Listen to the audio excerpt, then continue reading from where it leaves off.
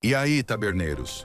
Sejam bem-vindos de volta à Taberna do Tempo, o seu lugar favorito para mergulhar em histórias que atravessam os séculos.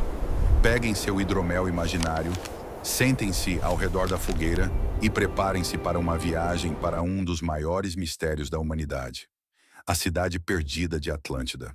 Vamos começar do começo. Atlântida foi descrita pela primeira vez por Platão, um dos filósofos mais importantes da Grécia Antiga. E para você entender a importância disso, Platão não era qualquer um. Ele foi aluno de Sócrates e professor de Aristóteles, três nomes que moldaram praticamente toda a filosofia ocidental. Quando Platão escrevia, as pessoas prestavam atenção. Ele falava sobre ética, política, sociedade, e de repente vem com essa história de uma cidade gigantesca, super avançada, que desapareceu em um único dia e noite.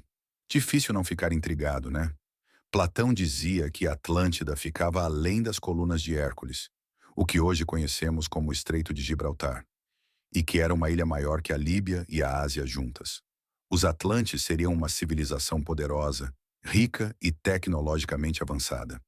Imagina uma sociedade que dominava a agricultura, engenharia, comércio marítimo e que tinha templos revestidos de ouro e marfim. Uma utopia completa. Mas Platão também fazia um alerta.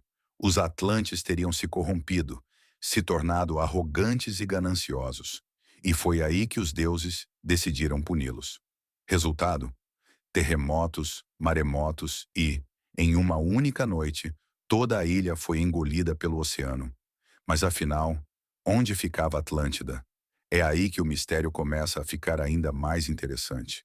Alguns pesquisadores acreditam que Atlântida estava no meio do Oceano Atlântico, próximo aos Açores ou às Ilhas Canárias. Essa teoria faz sentido, já que Platão fala de uma ilha além das colunas de Hércules. Outros acham que Atlântida poderia ter ficado bem mais perto, no mar Mediterrâneo. Alguns ligam a história à erupção do vulcão de Santorini, que devastou a civilização minoica. É uma explicação plausível. Uma sociedade avançada, destruída por um cataclisma natural.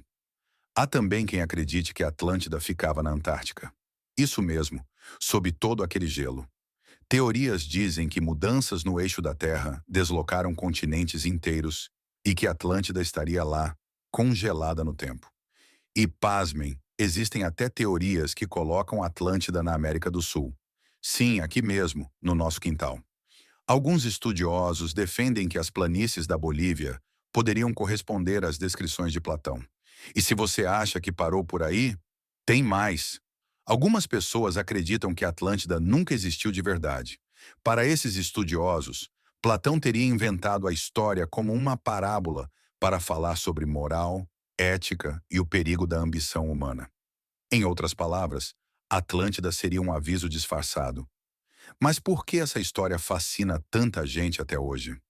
Talvez porque imaginar uma civilização perdida desperta nossa curiosidade natural.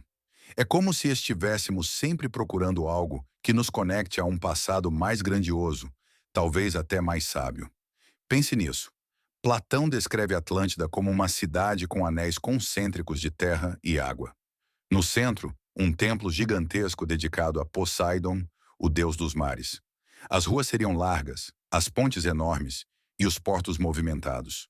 Os atlantes dominariam metais raros, possuíam exércitos poderosos e navios que cruzavam os mares. Agora fecha os olhos e imagina viver num lugar assim.